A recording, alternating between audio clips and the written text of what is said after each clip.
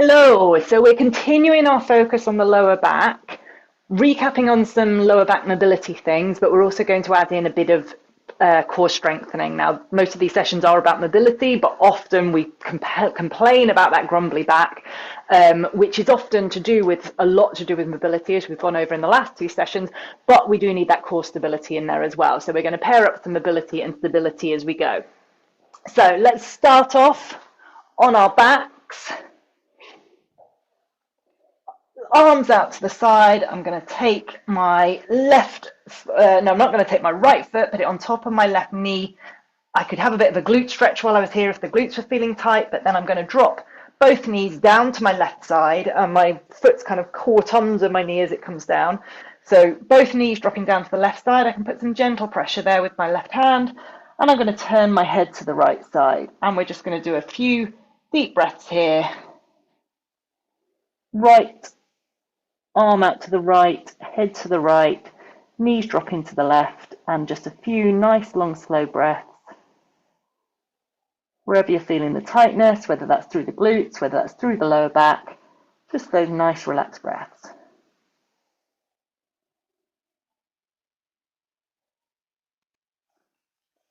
Up into the middle, left foot on top of right knee, drop both knees down to the right side, right hand gently on top of the knees that are dropped down to the right side, and then off we go on the left, so head to the left, arm to the left.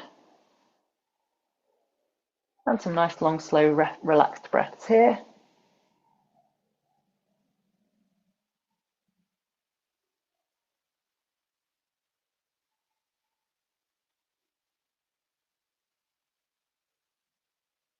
Again, wherever you feel the tightness, breathing into it. From there, we're going to go into some anti-extension. So anti-extension is the idea that as our legs drop down, we don't extend here at the pelvis, but we keep the tailbone tucked under, we keep the core engaged. So we're going to go up, knees in the air, start with your knees just above your hips, and then we're going to drop one foot down, come back up, drop the other foot down. We can make it a little bit harder by dropping the feet further away. We can keep on making it harder, and I'll show you how to do that in a second. But as we do that, our core thing that we need to think about is keeping the pelvis where it is. So there's a natural arch underneath the lower back that stays there, but it doesn't get any bigger. So we don't start extending as our hip bones drop away from us. So we want to think hip bones towards the nose, not to the toes. Keep tucking under, keep engaging through that core. So we can make it harder by dropping the feet further away from us. We can make it harder still by going slower with those legs. And then there's all sorts of progressions from there, but for now we'll just keep it as knees coming up to meet above the hip and the other leg going. So keep them nice and close to you if you find this hard. If you find that you keep on tending to tilt that pelvis, you can go feet further away from you and you can go slower if you want to make it harder. But it must be our core working, not our lower back. If you're feeling it in your lower back, you're just teaching and reinforcing bad habits.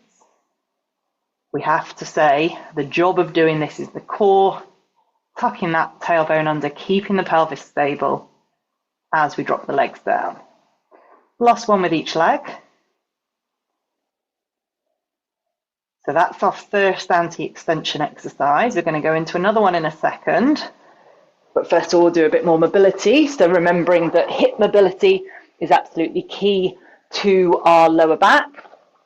So we're going to go up into a plank position, straight arms, and then we're going to take our right foot towards our right hand.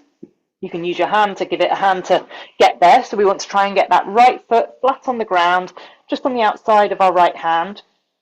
And then as we're here, we're going to push our right knee forwards and our left heel backwards. So I'm trying to push my left knee as far away from my right knee as far away from my left heel as I can.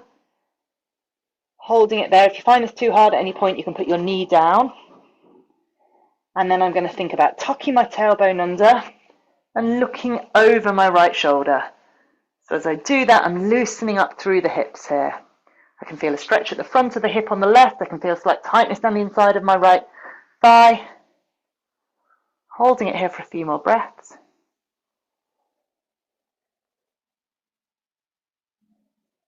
Lovely, take it back. You can put the knee down to the floor, swap the feet over, use your hand if you need to help get it into position. And then I'm pushing my left knee forward, right heel away.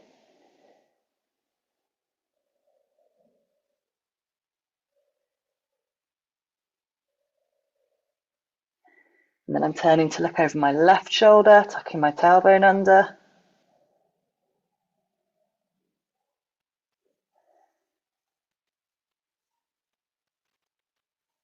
So I've had a nice loosen up through my hips there.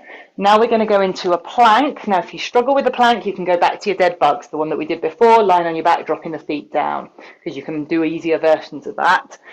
For your plank, let's go bent elbow, and then we're going to push up and we're going to hold. We want a straight line from our shoulders to our heels.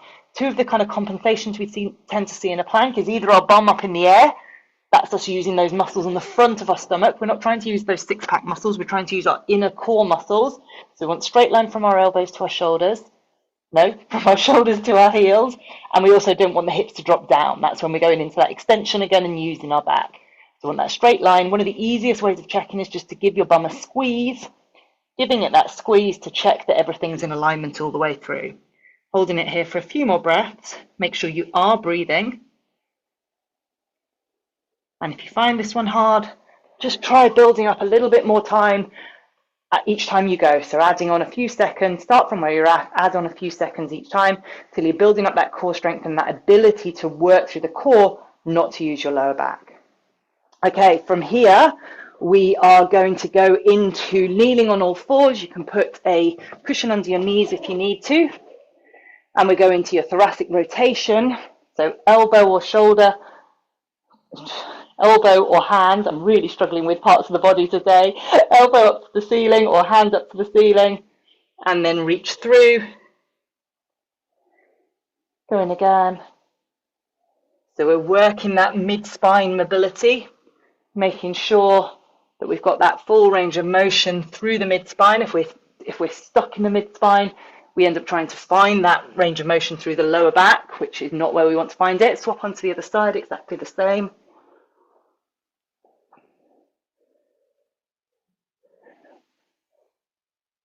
Keeping that control as you go.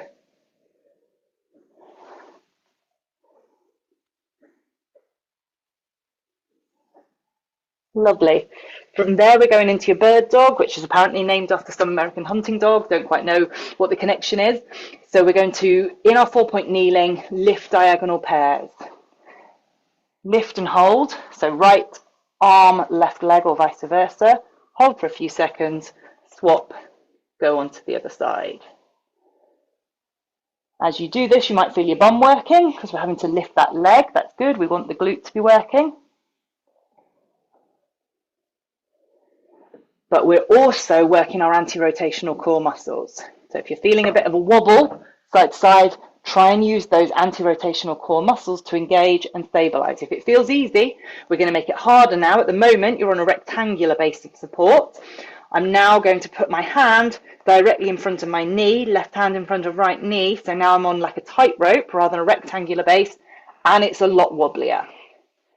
So I'm having to use that core stability to stop myself from wobbling. Again, hold for a few seconds, swap onto the other side. If when you do that, you end up just face planting or just having to put things down to stabilize yourself, then instead make the base a bit wider, but not so wide it's too easy. I'm really good on one pairing. I'm useless on this pairing. So I might have to go a bit wider, but also try and spend a little bit more time in this pairing so I get stronger on that side. Making sure I'm not using my back at any point during doing this.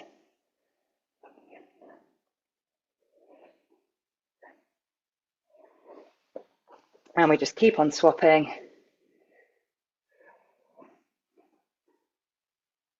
Again, holding it for a few seconds, making sure you're using those anti-rotational core muscles. Okay, from there, we're going to go into lying back on our backs again. And we'll go through all of that sequence again, but with some different exercises. So I'm lying on my back. I'm going to take my left knee to the left side. So I'm working through the hip here.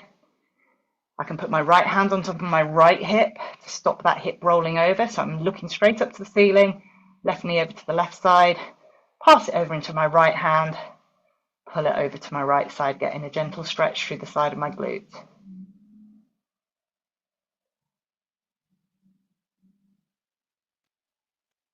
And then just pulling it up towards me, circling it around, so looking for that full range of motion in the hip joint. Onto the other side. So take the right knee out to the right side, or if you were on the right knee before, left knee out to the left side, taking it away from the midline. Hand onto the opposite hip, just to keep ourselves grounded so we don't roll over. Pass the knee over across the body, gentle stretch into the outside of the glute.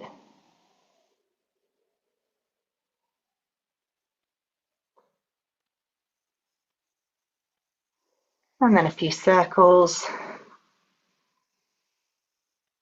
trying to get that full range of motion at that hip joint. Lovely. From there, we're going back to our dead bugs. So you can do just what we were before, dropping that foot down, dropping that foot down. If you find it's really hard to keep the pelvis in position, set yourself up with a wall behind you and push into that wall. That's going to make you feel like you're working harder. I can really feel my core working, but it's also easier to keep it in position, easier to stop that lower back starting to arch. So that's an option there. And then we can make it harder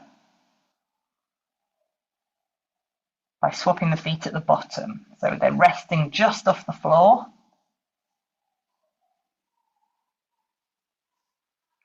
Sorry, I'm swapping in midair, aren't I, rather than at the bottom. So my heel doesn't touch the ground, just swapping in midair. If this is too hard, absolutely go back to what we were doing before. So knees meet at the top, drop one down as close to your body as you need to go. There is no point in going further than what you can. Make sure you're always pushing. Make sure you're always saying, could I go a little bit harder? If the answer is no, then work on getting that control in the position that you're in. Lovely. From there, let's go back into that plank position, 1 foot forwards. Or sorry, we can actually just do a normal kneeling if you don't like that plank position. So kneeling on one knee, other foot forwards, tuck the tailbone under, loosening up through that hip. So hip mobility, tight hips, lead us to have a kind of position where we are constantly arching through our lower back. So we want to loosen up those hips. Definitely helps with the lower back. Swap onto the other side.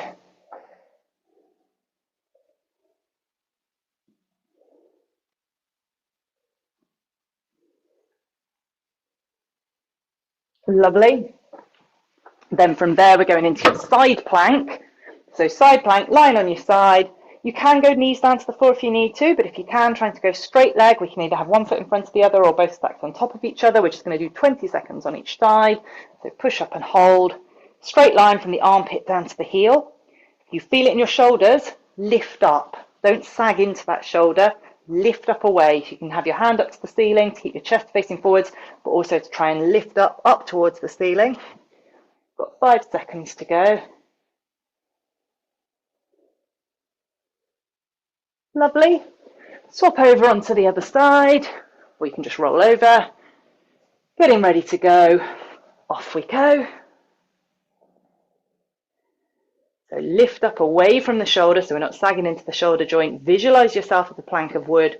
So armpit down to heel, straight line all the way through. Don't sag down. I like to think about my hand just lifting up here, helping to support me. Last few seconds. And down. And then finally from here, we'll go into your cat-cow. So belly button up towards the ceiling. Down. Up towards the ceiling. Down. Head comes down. Head comes up.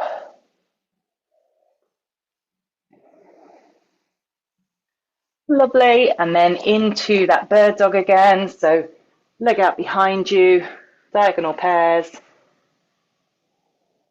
And if it's too easy, let's make it harder.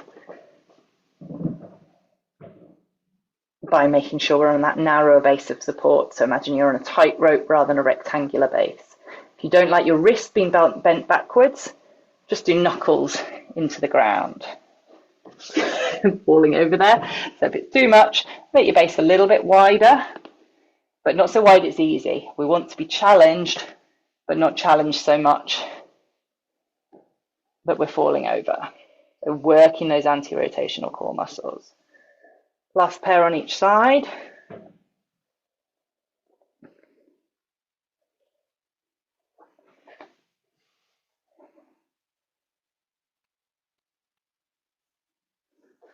So there we go. So combining some hip mobility, some back mobility, so all the things that help to loosen up our lower back, but then combining it with some anti-rotation and some anti-extension core work to help stabilize and protect the lower back. Hope that's useful. See you again next week.